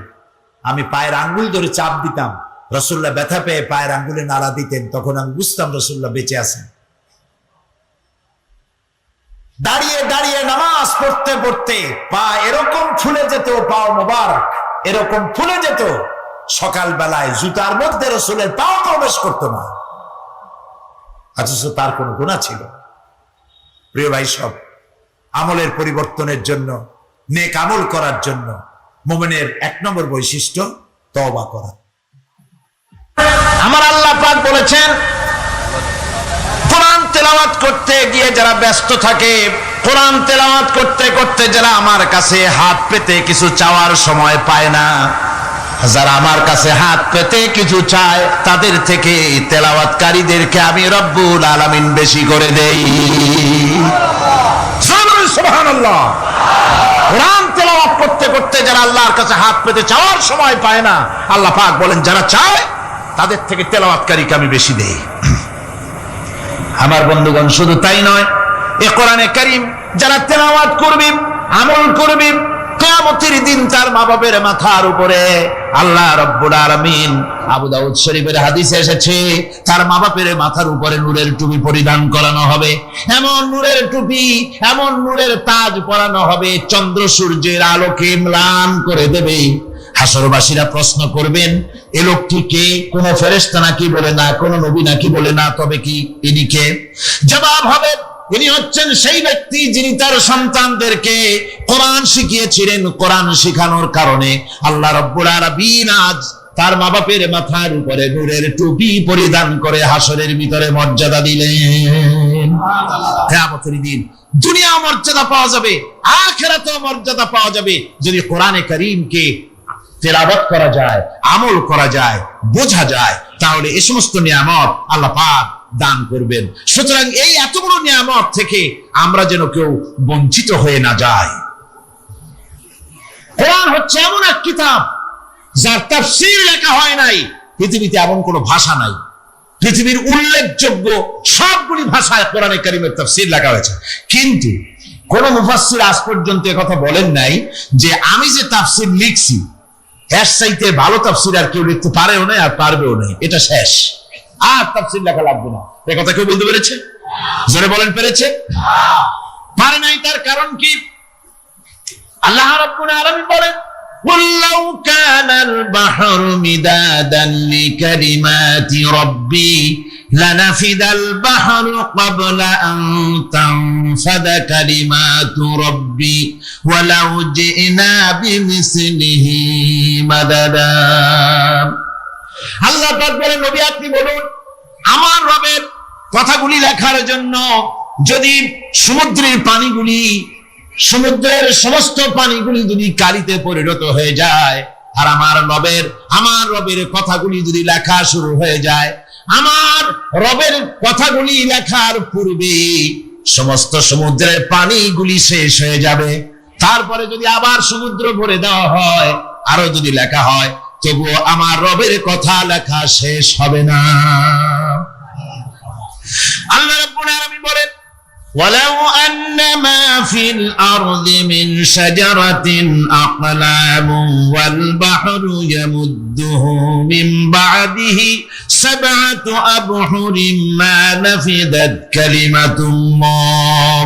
আল্লাহ রাব্বুল আলামিন বলেন, মা নাফিদাত কালিমাতুল্লাহ, আল্লাহ পাক বলেন 7টা সমুদ্রের পানি যদি একত্রিত করা হয়, 7টা সমুদ্রের পানি যদি এক জায়গায় করা হয়, এই পানিগুলি যদি কালিতে পরিণত হয়ে যায়, আর পৃথিবীর সমস্ত গাছগুলি যদি কলমে পরিণত হয়ে যায়, ওই গাছগুলি দিয়ে যদি ওই পানির কালি দিয়ে আমার প্রভুর কথা, আল্লাহ রাব্বুল আলামিনের কোরআনের কথা যদি লেখা শুরু হয়ে যায়, লিখতে লিখতে সমস্ত পানিগুলি গাছগুলি শেষ হয়ে যাবে, আল্লাহ পাকের কালামের ব্যাখ্যা লেখা শেষ হবে না।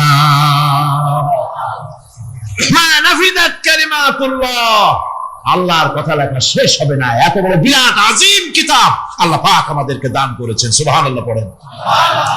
এই কিতাবের এত বড় গুরুভার আল্লাহ রাব্বুল আলামিন বলেছেন, লাউ আনজালনা হাযাল কুরআন আলা জাবালিন লারাআইতাহু খাশিআন মুতাসাদ্দিআন মিন খাশিয়াতিল্লাহ।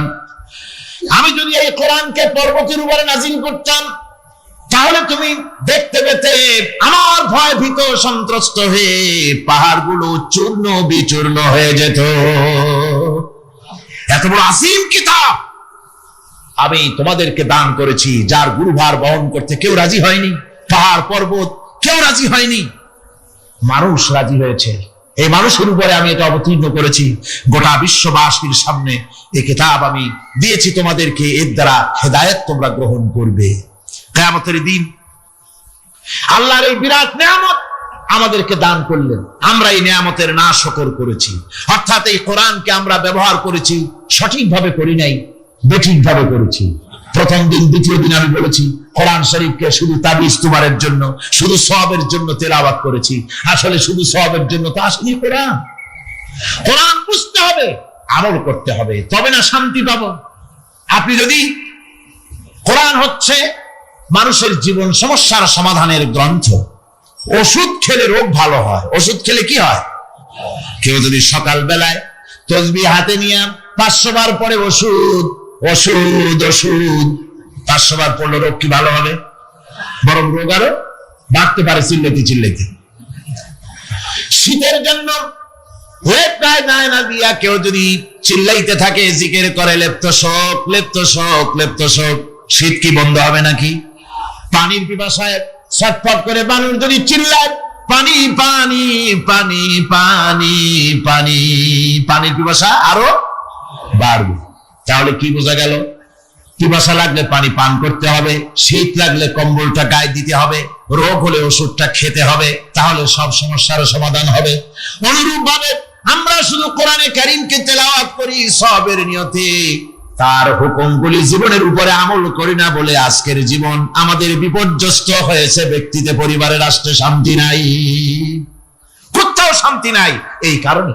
আর কিয়ামতের দিন রাসূল আসামি করবেন তাদেরকে যারা কোরআন অমান্য করেছে। রাসূল হবেন বাদী, বাদী হবেন কে? যারা বলেন কে বাদী হবেন? রাসূল। আসামি হবে কারা? যারা কোরআন ছেড়ে দিয়েছে। আল্লাহ রাব্বুল আলামিন বলেন, وقال الرسول يا رب إن قومي اتخذوا هذا القرآن مهجورا। কিয়ামতের দিন রাসূল আল্লাহর দরবারে ফরিয়াদ করবেন, আয় আমার রব, আয় আমার আল্লাহ তাআলা, এই সমস্ত লোকগুলি তোমার কালামকে, তোমার কোরআনকে অপ্রয়োজনীয় জিনিস বলে তারা পরিত্যাগ করেছিল। আমার বন্ধুগণ, কিয়ামতের দিন যখন এরা উপস্থিত হবে আল্লাহর দরবারে, আল্লাহ রাব্বুল আলামিন কোরআনের সাথে যারা ঠাট্টা করেছে, বিদ্রুপ করেছে, কোরআনের আইনকে নিয়ে যারা ঠাট্টা বিদ্রুপ মজাক উড়াইছে, কিয়ামতের দিন তাদেরকে বলা হবে ওয়াকিলাল ইয়াউমা নানসাকুম কামা নাসিতুম লিকা ইয়াউমিকুম হাদা। কিয়ামতের দিন আল্লাহ রাব্বুল আলামিন কোরআনের ঠাট্টাকারী, কোরআনের বিদ্রুপকারী, কোরআনের আইনের অমান্যকারীদেরকে বলবেন, আমি আজকে তোমাদের ভুলে গেলাম, যেমন করে তোমরা এই দিনে আমার সঙ্গে সাক্ষাৎকারের কথা ভুলে গিয়েছিলে। তোমরা যেমন আমার আজকের এই কিয়ামতের দিনের কথা যারা ভুলে গিয়েছিলে, আজকে আমিও তোমাদেরকে ভুলে গেলাম। এরপরে কি হবে? ওয়ামাওয়াকুমুন নার ওয়ামা লাকুম মিন নাসিরিন। আল্লাহ পাক বলেন এরপরে এদের জায়গা হবে জাহান্নাম, আর এদের সাহায্যকারীও কেউ থাকবে না, জাহান্নামে চিরকাল থাকতে হবে। এটা এই জন্য যে তারা আল্লাহর কোরআনের সঙ্গে ঠাট্টা করেছে, বিদ্রুপ করেছে, কোরআনের আইন মানে নাই, কোরআনের আইনকে অমান্য করে চলেছে। এই জন্য কিয়ামতের দিন আল্লাহ রাব্বুল আলামিন তাদেরকে শাস্তি প্রদান করবেন। কোরআন পৃথিবীর বুকে আল্লাহ নাজিল করেছেন, শুধু তেলাওয়াত করবেন ঝুলে ঝুলে, এজন্য নয়। কি জন্য নাজিল হলো? এবার উদ্দেশ্য শুনুন। আল্লাহ পাক বলেন আর রহমান আল্লামাল কোরআন। আল্লাহ রাব্বুল আলামিন তিনি হলেন এমন দয়াবান, এমন রহমান, যিনি কোরআন শিখালেন। কি কারণে শিখালেন? কোরআন নাজিলের উদ্দেশ্য কি? আল্লাহ পাক বলেন ইন্না আনসালনা ইলাইকাল কিতাবা বিল হাক্কি লিতাহকুমা বাইনান নাসি বিমা আরাকাল্লাহ। আল্লাহ পাক বলেন এই কিতাব আমি আপনার প্রতি অবতীর্ণ করেছি এই জন্য, যাতে করে আপনি আল্লাহর প্রদর্শিত এই বিধান অনুযায়ী মানুষের উপরে বিচার ফয়সালা করতে পারেন। মানুষের উপরে আইন চলবে আল্লাহ। কার আইন? জোরে বলেন কার আইন? আলা লাহুল খালক ওয়াল আমর। সৃষ্টি যার, আইন চলবে কার? আল্লাহ পাক বলেন এই জন্য নাজিল করলাম, কোরআন নাজিল করেছি যাতে করে কোরআনের আইন দিয়ে বিচার ফয়সালা করতে পারেন, সেই জন্যই কোরআন নাজিল করলাম। আসলে আল্লাহ নবীর এই পৃথিবীতে আগমনের উদ্দেশ্য ওটাই ছিল। হুয়াল্লাযী আরসালা রাসূলাহু বিল হুদা ওয়া দীনিল হক লিইয়ুযহিরাহু আলাদ-দীনি কুল্লিহি ওয়া কাফা বিল্লাহি শাহীদা। আল্লাহ রাব্বুল আলামিন বলেন আমি আমার রাসূলকে দ্বীনে হক, সত্যের বিধান সহকারে দুনিয়ায় প্রেরণ করেছি। লিইয়ুযহিরাহু আলাদ-দীনি কুল্লিহি আয় লিইয়ুগলিবাহু আলা সাইরিল আদিয়ান। সমস্ত আদিয়ানে বাতিলের উপরে আমার দ্বীনকে বিজয়ী করে দেওয়ার জন্য আমি রাসূলের কাছে কিতাব সহকারে তাকে অবতীর্ণ করেছি। এই দায়িত্ব শুধু মুহাম্মদ সাল্লাল্লাহু আলাইহি ওয়াসাল্লামের ছিল না, দুনিয়ার উপরে আল্লাহর দ্বীন কায়েম করা, আল্লাহর বিধান অনুযায়ী মানুষের বিচার ফয়সালার দায়িত্ব শুধু মুহাম্মদ সাল্লাল্লাহু আলাইহি ওয়াসাল্লামের ছিল না, সমস্ত নবীদের ছিল। কাদের ছিল? সব নবীদের ছিল। ফাবাসাল্লাহু আন-নাবিয়্যিনা মুবাশশিরিনা মুনজিরিন ওয়া আনজালা মা'আহুমুল কিতাবা বিল হাক্কি লিয়াহকুমা বাইনান নাস। আল্লাহ পাক বলেন সমস্ত নবীদের কাছে আমি কিতাব অবতীর্ণ করেছি এই জন্য যে তারা সহজ এবং সোজা পথে যারা চলতে চায় তাদেরকে তিনি সুসংবাদ দিবেন, আর বাঁকা পথে যারা চলবে তাদেরকে তিনি জাহান্নামের ভীতি প্রদর্শন করবেন। আর আমি তার উপরে যে কিতাব অবতীর্ণ করেছি এই কিতাব দিয়ে জনগণের উপরে বিচার ফয়সালা করবে, আইন চলবে আল্লাহর কিতাব দিয়ে। আইন চলবে কি দিয়ে? আল্লাহর কিতাব দিয়ে। আল্লাহর কিতাব অনুযায়ী জনগণকে পরিচালিত করবেন। এই জন্য আমি এই কোরআনকে নাজিল করেছি, অতীত ওই কিতাবগুলি নাজিল করেছি। কুল ইয়া আইয়ুহান নাসু ক্বাদ জাআকুমুল হাক্কু মির রাব্বিকুম। আল্লাহ পাক বলেন নবী আপনি বলে দেন, আপনি বলুন হে মানব সকল, আল্লাহর পক্ষ থেকে তোমাদের জন্য মহাসত্য এসেছে, এই মহাসত্য যদি অনুসরণ করো তোমাদের জন্য কল্যাণকর হবে। ওমান দাল্লা ফাইন্নামা ইয়াদুল্লু আলাইহা, আর যদি কোরআনকে অমান্য করো, আল্লাহর কিতাবকে অমান্য করো, তাহলে তোমাদের জন্য অকল্যাণ হবে। আজ আপনারা বলেন, আল্লাহর কিতাবের আইন কি আমাদের দেশে চলে? কোরআনের আইন কি চলে? চলে না। শ্রমিকরা তাদের শ্রমের মূল্য পায়, কৃষক তার উৎপাদিত পণ্যের সঠিক দাম পায়, নারী তার সতীত্বের মর্যাদা পায়। জনগণ কি আরামে ঘুমাতে পারে? না, জনগণ রীতিমতো দুবেলা পেট পুড়ে সমস্ত জনগণ খেতে পারে। এর একমাত্র কারণ হচ্ছে কোরআনের আইনকে অমান্য করা হয়েছে। ভালো করে কান পেতে শুনুন, আল্লাহ রাব্বুল আলামিন কোরআনে কারীমের মধ্যে পরিষ্কার করে বলেছেন, ওয়া মান লাম ইয়াহকুম বিমা আনজালাল্লাহু ফাউলাইকা হুমুল কাফিরুন। যারা নাকি আমার দেওয়া বিধান অনুযায়ী, কোরআন অনুযায়ী যারা বিচার ফয়সালা করে না, ফাউলাইকা হুমুল কাফিরুন, ফাউলাইকা হুমুজ জালিমুন, ফাউলাইকা হুমুল ফাসিকুন। যারা আমার দেওয়া বিধান অনুযায়ী বিচার ফয়সালা করে না, তারা কাফির, তারা জালিম, তারা ফাসিক। সুতরাং এর ভিতরে এই জুলমের মধ্যে জালিমদের অন্তর্গত, ফাসিকদের অন্তর্গত হয়ে বাংলাদেশের বহু মুসলমান, পৃথিবীর বহু এলাকার মুসলমান এর মধ্যে লিপ্ত হয়ে আছে। কোরআনের আইন চালু না করলে পরে, কোরআনের আইন না মানলে পরে জালিম হতে হবে, কাফির হতে হবে, ফাসিক হতে হবে। অর্থাৎ যতখানি না মানবেন ততখানি এই বিশেষণে বিভূষিত হতে হবে। এক শ্রেণীর লোক আছে যারা বলে বেড়ান ধর্ম আর রাজনীতি আলাদা। বলেন কিনা? কর জোরে বলেন, বলে কিনা? ধর্ম আর রাজনীতি আলাদা। তারা বলে আমরা ধর্ম নিরপেক্ষ থাকতে চাই। তারা কি থাকতে চায়? ধর্ম নিরপেক্ষ থাকতে চায়।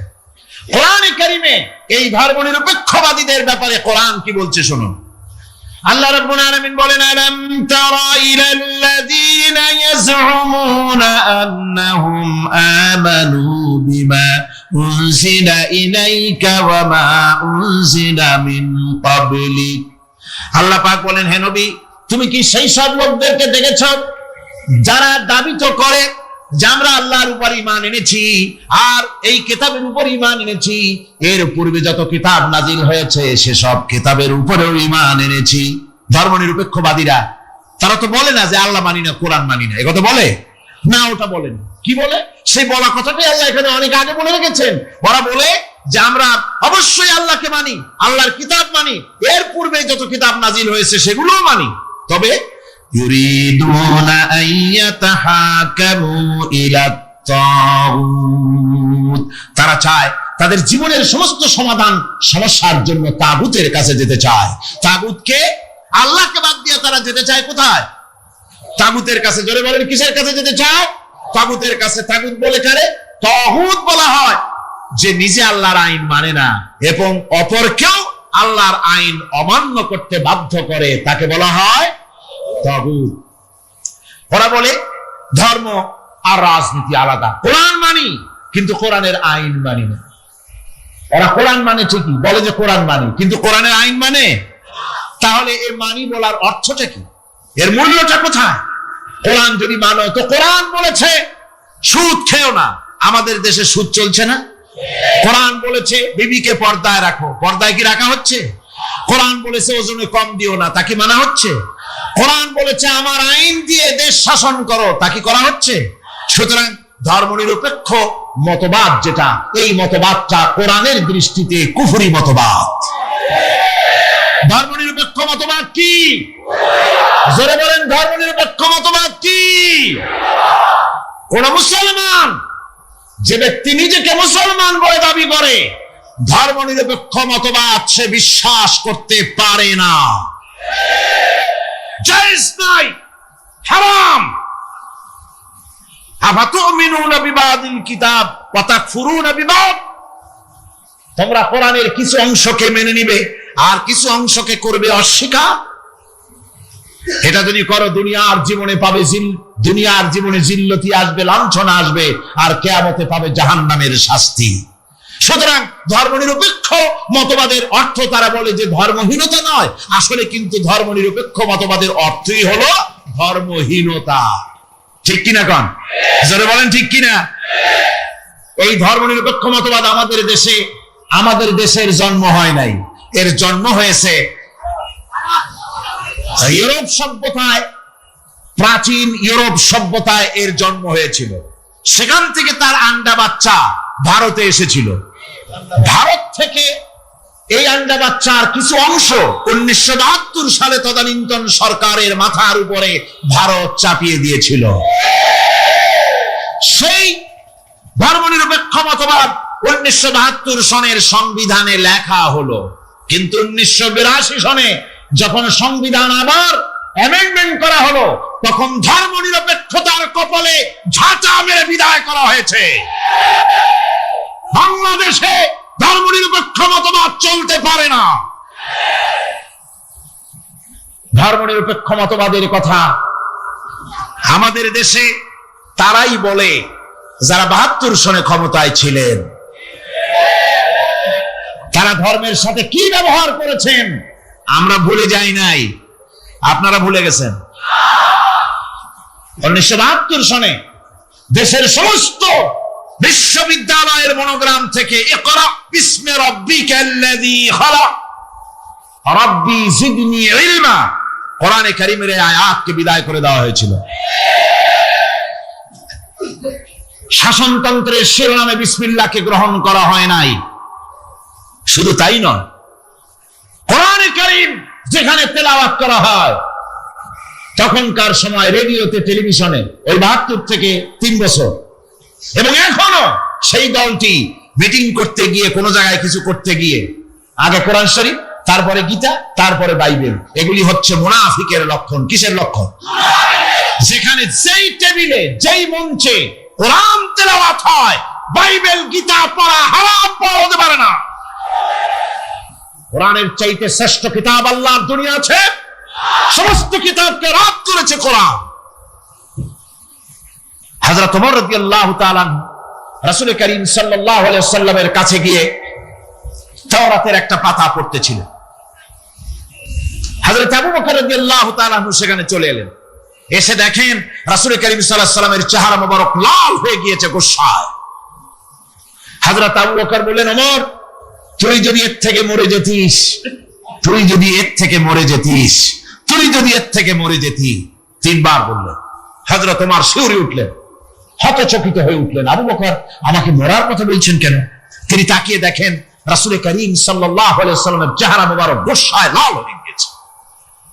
হযরত ওমর বলছেন, ইয়া রাসূলুল্লাহ, আমার এবং আমার পিতামাতার জীবন আপনার কদম মোবারকে উৎসর্গ হয়ে যাক। আমি অপরাধ করেছি, কি অন্যায় করেছি হুজুর আমাকে বলুন। হুজুর বলছেন, ওমর, তুমি যে তাওরাতের পাতা আমার সামনে পড়তেছো, এই তাওরাত যার উপরে নাজিল হয়েছিল, সেই মুসা আলাইহিস সালাম যদি আজকে বেঁচে থাকতেন, তাহলে আমার উম্মতের ভিতরে শামিল হয়ে যাওয়া তার জন্য ফরজ হয়ে যেত। অতীতের সমস্ত কিতাবকে রদ করা হয়েছে, সমস্ত শরিয়াতকে বন্ধ করা হয়েছে। সুতরাং কোন মুসলমানের প্ল্যাটফর্মে যেখানে কোরআন তেলাওয়াত হয়, বেদ, বাইবেল, গীতা পড়া হারাম সেখানে। এই মুনাফিকরা তাও করে থাকে। আমি আল্লাহকে বাদ দিয়ে তোমরা যার অনুসরণ করো, আমি আল্লাহকে বাদ দিয়ে তোমরা যাকে ডাকো, নিজের হাজাত পুরা করার জন্য, নিজের উদ্দেশ্য পুরা করার জন্য, মনস্কামনা পূর্ণ করার জন্য আমি আল্লাহরে বাদ দিয়ে যাদের ডাকো, ওরা তোমার মতো আমার গোলাম। তুমি যেমন আমার গোলাম, ওটাও আমার গোলাম। তুমি সূর্যের পূজা করো, সূর্য তো আমার গোলাম। তুমি চাঁদের পূজা করো, চাঁদ তো আমার গোলাম। তুমি তো গরু পূজা করো, গরু আমার সৃষ্টি। তুমি তো মাটি দিয়ে তৈরি করা মূর্তি বানাইয়া পূজা করো, মাটি তো আমার বানানো। তুমি কাঠ দিয়া, পাথর দিয়া মূর্তি বানাও, এগুলির সামনে মাথা নত করো, ওগুলি তো আমার কাঠ, আমার পাথর, সব আমার। আর আমার গোলামগুলির সামনে তুমি নিজে গোলামি করার জন্য মাথা পেতে দাও, ওই গোলাম তোমার কোনো উপকার করতে পারবে না। সুতরাং আত্মমর্যাদা সৃষ্টি হয়ে যায়। শখসিয়ত পয়দা হয়, পার্সোনালিটির সৃষ্টি হয়। ইমানের এটা সবচেয়ে বড় উপকার। মানুষ হীনতা থেকে, নীচতা থেকে তাকে ঊর্ধ্বে উঠায় আনা হয়। মানুষ দেখতে পায়, যদি চোখ থাকে, যদি আকল থাকে, তাহলে দেখতে পায় যেগুলির সামনে তারা মাথা নত করে ওগুলি নিজেরও কোনো উপকার করতে পারে না, অন্যকে উপকার করা তো দূরের কথা, অপরের উপকারও সে করতে পারে না।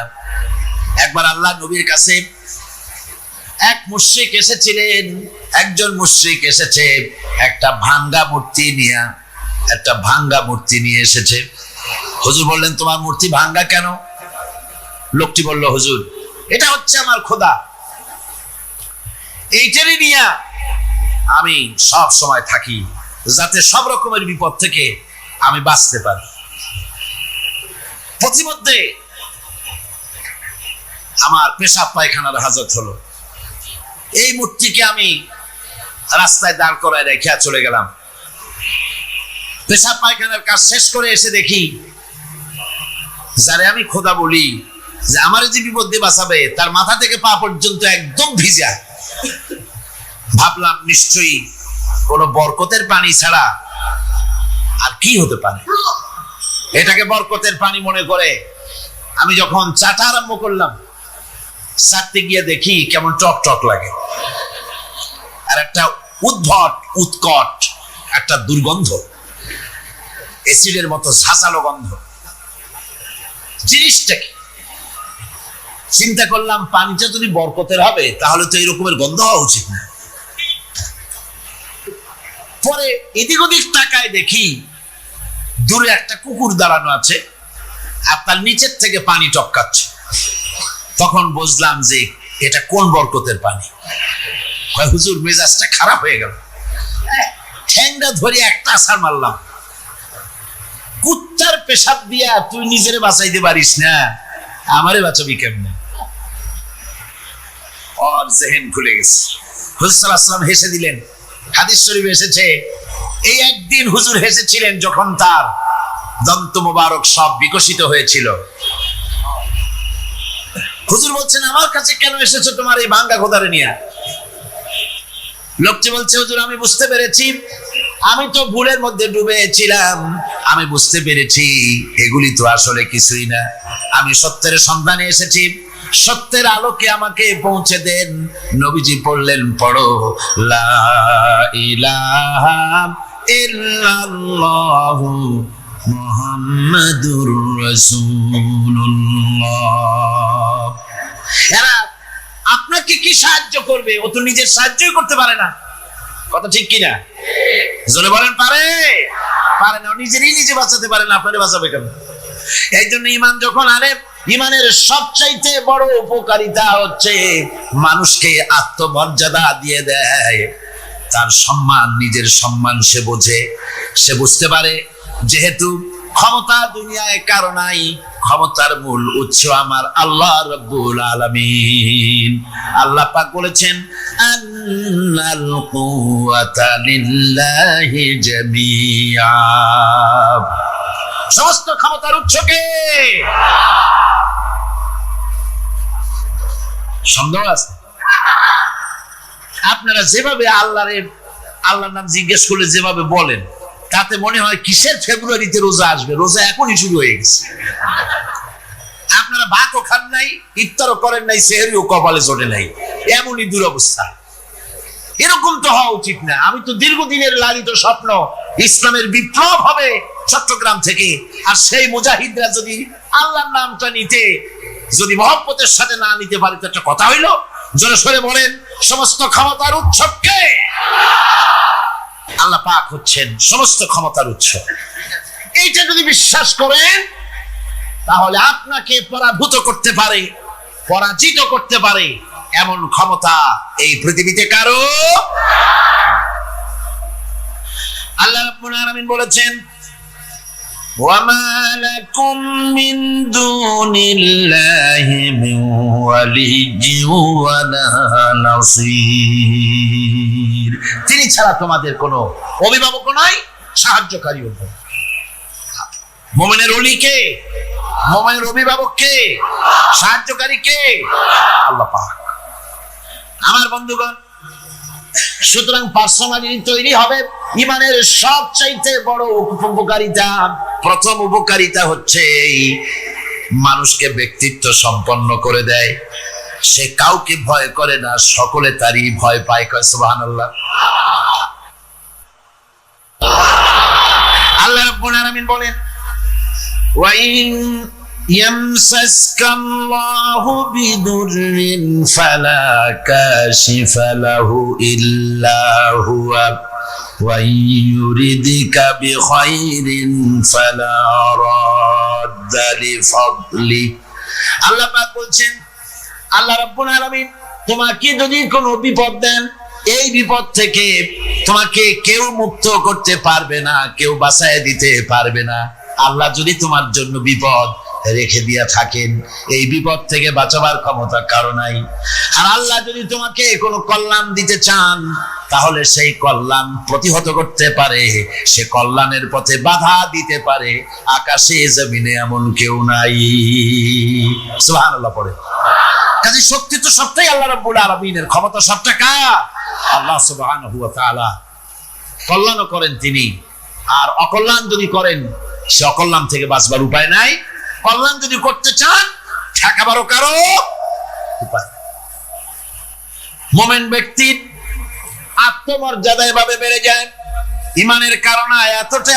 ইমানের কারণে তার আত্মমর্যাদাটা এত বেড়ে যায় যে সে হক কথা বলতে গিয়া রিজেকের চিন্তা করে না, চাকরির চিন্তা করে না। হক কথাটা যদি বলি, আমি সরকারি চাকরি করি, হক কথা বললে পরে চাকরি থাকবে না। ইমামতি করি, হক কথা বললে পরে চাকরি থাকবে না। এই জাতীয় হীনমন্যতা তার মনের ভিতরে জায়গা পাবে না। যেহেতু কোরআন তারা শিখাইছে, কিসের ভয়? রিস্কের চিন্তা করো। রিস্কের চিন্তা করার কোনো দরকার নাই। কোরআন তোমাকে বলে দিয়েছে, ঈমান এনেছো তুমি যার উপরে, ইন্নাল্লাহা হুয়ার রাজ্জাকু যুল কুওয়াতিল মাতিন। নিশ্চিত হবে আল্লাহই হচ্ছেন মহান রিজেক দাতা। নিরঙ্কুশ ভাবে রিজেকের চাবিকাঠি তারই হাতে। তা আমার রিজেক যদি আল্লাহর হাতে হয়, এটা যদি বিশ্বাস করি, তাহলে মেম্বারের উপরে দাঁড়িয়ে হক কথাটা বলতে ভয় পাই কেন? চাকরি করি, হক কথাটা বলতে পারি না কেন? সরকারের কাছে আমার রিজেক নয়, সেক্রেটারির কাছে, মুতাওয়াল্লির কাছে আমার রিজেক নয়। আমার খাদ্য কার কাছে? আমার রিজেক কার কাছে? এটা হলো সবচেয়ে বড় ভয়। ইমানের দাবি করে ঠিক, ওয়াজ নসিহত করেও ঠিক, মানুষকে উপদেশ দেয়ও ঠিক, কিন্তু মনের মধ্যে ভয় একটু থেকেই যায়। যদি চাকরিটা যায়, তাহলে বিবি বাল বাচ্চা নিয়ে বাঁচবো কেমনে? এটা থাকে মনের ভিতরে এক চিন্তা। একজন টিচার তার ছাত্রদেরকে শিখাইছিলেন যে বিসমিল্লাহর এত ফজিলত, নদীর উপর থেকে বিসমিল্লাহ বলে হাঁটে গেলে তাও হাঁটে যাওয়া যায়, খেয়াল নৌকা ছাড়াই পানির উপর দাঁড়িয়ে যাওয়া যায়। একটা ছাত্র এই কথাটা এমন বিশ্বাস করলো, নদীর পাড়ি দিয়ে, তার বাড়ি ছিল নদীর ওপার, প্রতিদিন খেয়া পার হয়ে মাদ্রাসায় আসতো। বিশ্বাস সে করছে পুরাটাই, আর বিসমিল্লাহ বলে পাও দিয়ে হাঁটিয়া চলে গেল। এটা কোনো কোরআন নয়, হাদিস নয়, শোনা কথা। তারপরে একদিন তার মা তাকে বলেছে, তোমার হুজুরকে একটু দাওয়াত দাও আমাদের বাড়িতে। হুজুরের দাওয়াত দিছে, মিলাদের দাওয়াত শুনে হুজুর তো খুব খুশি। তারপরে ছাত্রের সঙ্গে রওনা হয়েছে। নদীর ঘাটে এসে দেখে যে নৌকা নাই। আরে বাবা, নৌকা নাই, পার হবো কেমনে? হুজুর কোন কি, নৌকার দরকারটা কি? আপনি না বলছেন বিসমিল্লাহ বলে হেঁটে যাওয়া যায়। আমি তো ওইটা শোনার পর আমি প্রত্যেকদিন তো এই কাম করিয়ে আসি, নৌকা টুকু লাগে না। আসেন না আমার সাথে। ছেলে বিসমিল্লাহ বলে হাঁটা আরম্ভ করছে পানির উপর দিয়ে। ওস্তাদ চিন্তা করতেছে, আমি তো শুধু ওয়াজি করছি, আমল তো করি নাই, কি না কি হয় আল্লাহই জানে। পাজামা হাঁটু পর্যন্ত টাইনিয়া তারপরে বিসমিল্লাহ করে পা দিছে, আর এক ছোটে সুগনি খাইয়া ভিতরে চলে গেছে। সুতরাং মুখ দিয়ে বললে হবে না, বিশ্বাস করতে হবে, ইয়াকিন রাখতে হবে রিস্কের মালিক আল্লাহ। হক কথা কাউকে ছেড়ে দেব না, এটা বলবোই, তাতে আমার চাকরি থাকুক আর চাকরি যাক। এর নাম হলো আত্মমর্যাদা। এর নাম কি? আত্মমর্যাদা। নইলে আপনি মসজিদের ইমাম, আর দুর্ভাগ্যজনক সত্য, মসজিদের ইমামগুলি অধিকাংশ ক্ষেত্রে এমন সব সেক্রেটারি মোতাওয়াল্লি হয় যারা ইসলামী আদর্শকে বিশ্বাসী করেন। কথাটা ঠিক কিনা? ধর্মনিরপেক্ষতাবাদী, কিন্তু মসজিদের সেক্রেটারি, মাদ্রাসার সেক্রেটারি, ঈদগাহের সেক্রেটারি। কারণ মুসল্লিরা ভাবে ওনার পয়সা বেশি, ওনারই নেতা বানানো উচিত। অথচ কোরআন নিষেধ করেছে এমন কোন লোক মসজিদের মোতাওয়াল্লি সেক্রেটারি হতে পারে না যে ব্যক্তি আল্লাহর পথে পরিচালিত নয়, যে আল্লাহকে মানুষের চাইতে বেশি ভয় না করে, যে ব্যক্তির ভিতরে দ্বীন নাই, ঈমান নাই, ইসলামী আদর্শ নাই, শুধু পয়সার বিনিময় সেক্রেটারি মেম্বার মোতাওয়াল্লি হয়ে বসে আছে, আর ইমাম ভয়ের সুরে কথা বলে না। আছেন এমন? আচ্ছা, সব কথা মাদ্রাসা, মসজিদ, ওয়াজ মাহফিল, চাকরির জায়গা, কোর্টে, কাছারিতে, আদালতে, সর্বত্র মুমিন ব্যক্তি বলতে পারবে তখন যখন ঈমান বিল্লাহ পোক্ত হবে। আল্লাহর প্রতি ঈমানটা যখন পোক্ত হবে, তখন সে বুঝবে এ চাকরি আমার পায়ের গোলাম। এখানে যদি আমার চাকরি না থাকে, অন্য জায়গা থেকে রিস্কের ব্যবস্থা আল্লাহ পাক আমাকে করে দিবেন। এটাই হচ্ছে ঈমান বিল্লাহর প্রথম উপকারিতা। পয়লা নম্বরের উপকারিতা, মানুষকে পার্সোনালিটি সৃষ্টি হয়ে যায়, তার মধ্যে শক্তি আসে, ঈমানি মজবুতি আসে, তার মধ্যে শখসিয়ত আসে, তার মধ্যে ব্যক্তিত্ব আসে, আত্মমর্যাদা আসে, আত্মসম্ভ্রম সৃষ্টি হয়। এটা হলো পয়লা নম্বরের উপকার। ঈমান আনার জন্য, আল্লাহর প্রতি মানুষ ঈমান আনলে পরে 2 নম্বরে যে উপকারটা হয় সেটা হলো মানুষের ভিতর থেকে অহংকার দূর হয়ে যায়। অহংকার থাকে না। যে ব্যক্তি ঈমান বিল্লাহ যার ভিতরে ঢুকে যায়, আল্লাহর ঈমান পরিপূর্ণ রূপে এসে যদি যায়, তাহলে তার ভিতরে অহংকার থাকে না। কেন থাকে না? অহংকার থাকে না এই জন্য, যেহেতু মুমিন ব্যক্তি জানে আল্লাহ রাব্বুল আলামিন জানে, আল্লাহ রাব্বুল আলামিনের সামনে বান্দা জানে, কথা বুঝতে পারে, কোরআন পড়ে জানে যে আমি আল্লাহর সামনে সম্পূর্ণ অসহায়। অসহায় যে যার কিচ্ছু নাই, সে কি অহংকার করতে পারে? অর্থ নাই, বিত্ত নাই, কিছু নাই, সে কি অহংকার করে? অহংকার কারা করে? অহংকার করে যাদের অর্থ আছে, বিত্ত আছে, শিক্ষা আছে, বিদ্যা আছে, স্বাস্থ্য আছে, জমি আছে, জমা আছে, বাড়ি আছে, কল আছে, কারখানা আছে, গাড়ি আছে, এরাই না অহংকার করে। কিন্তু ঈমান বিল্লাহ যখন আসি, তখন সে বুঝতে পারে আমার শক্তি কোনো শক্তি নয়। ওয়া হুয়াল কাহিরু ফাওকা ইবাদি। সমস্ত আল্লাহ রাব্বুল আলামিন বলছেন সমস্ত বান্দার উপরে কর্তৃত্ব হচ্ছে আল্লাহ পাকের। আল্লাহর কর্তৃত্ব থেকে বেরিয়ে আসার ক্ষমতা কারো নাই। সবচাইতে শ্রেষ্ঠ শক্তি কার? আল্লাহ। ওই আল্লাহ রাব্বুল আলামিন বলেছেন, চ্যালেঞ্জ করেছেন, যদি সম্ভব করতে পারো, অহংকার করতেছো, বড়াই করতেছো, যদি সম্ভব করতে পারো আমার জমিন থেকে বেরিয়ে যাও। যদি সম্ভব করতে পারো, অহংকার তো খুব করো, বাস করো আমার জমিনের উপরে, খাও আমার ফসল, জীবন আমি দিলাম, চক্ষু আমি দিলাম, আমার চোখ দিয়ে দেখো, আমার দেওয়া কান দিয়ে শোনো, আমার দেওয়া বিবেক দিয়ে চিন্তা করো, সব তো আমি দিয়েছি, তারপরেও যদি অহংকার করো। ইয়া মাশারাল জিন্নি ওয়াল ইনসি ইন ইসতাতাতুম আন তানফুযু মিন আকতারিস সামাওয়াতি ওয়াল আরদ ফানফুযু লা তানফুযুনা ইল্লা বিসুলতান। হে পৃথিবীর মানুষেরা, হে পৃথিবীর জিনেরা,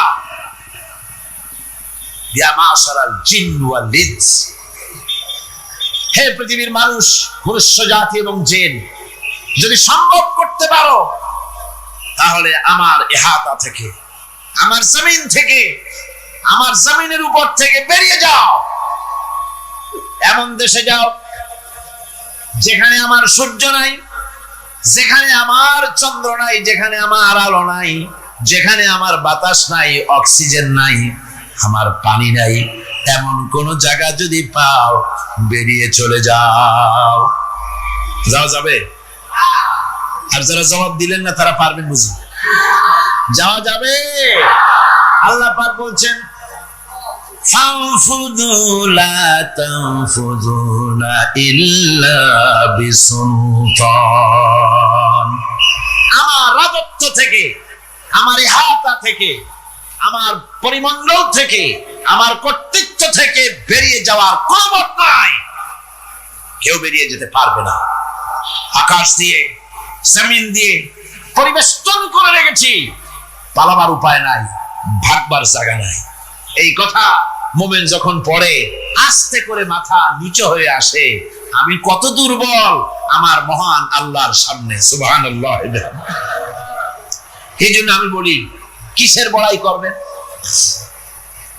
কিসের বড়াই? বিদ্যার বড়াই। কতটা বিদ্যা অর্জন করেছেন? কতটুকু শিখেছেন?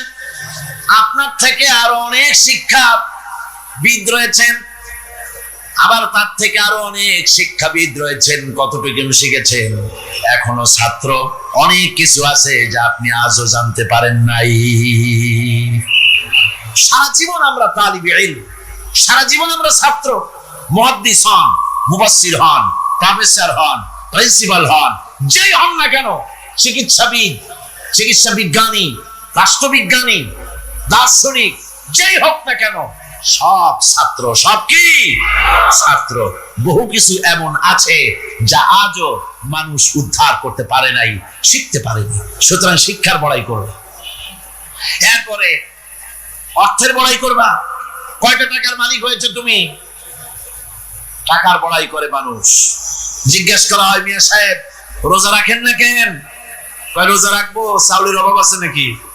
না দানের অভাব আছে, না টাকার অভাব আছে। নাউযুবিল্লাহ। কত টাকা হয়েছে?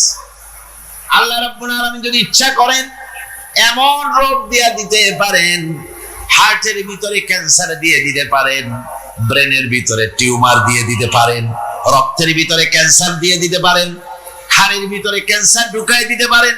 এমন রোগ হয়ে যেতে পারে ডাক্তারের 14 গোষ্ঠী গুলে খেলেও রোগ ভালো হবে না। সারা জীবন যত টাকা কামাই করেছেন, গোষ্ঠী বেচতেও ঔষধের পয়সা হবে না। পারবে কিনা আমার আল্লাহ? জোরে বলেন, পারবেন কিনা? পারবেন। প্রচন্ড ক্ষমতা।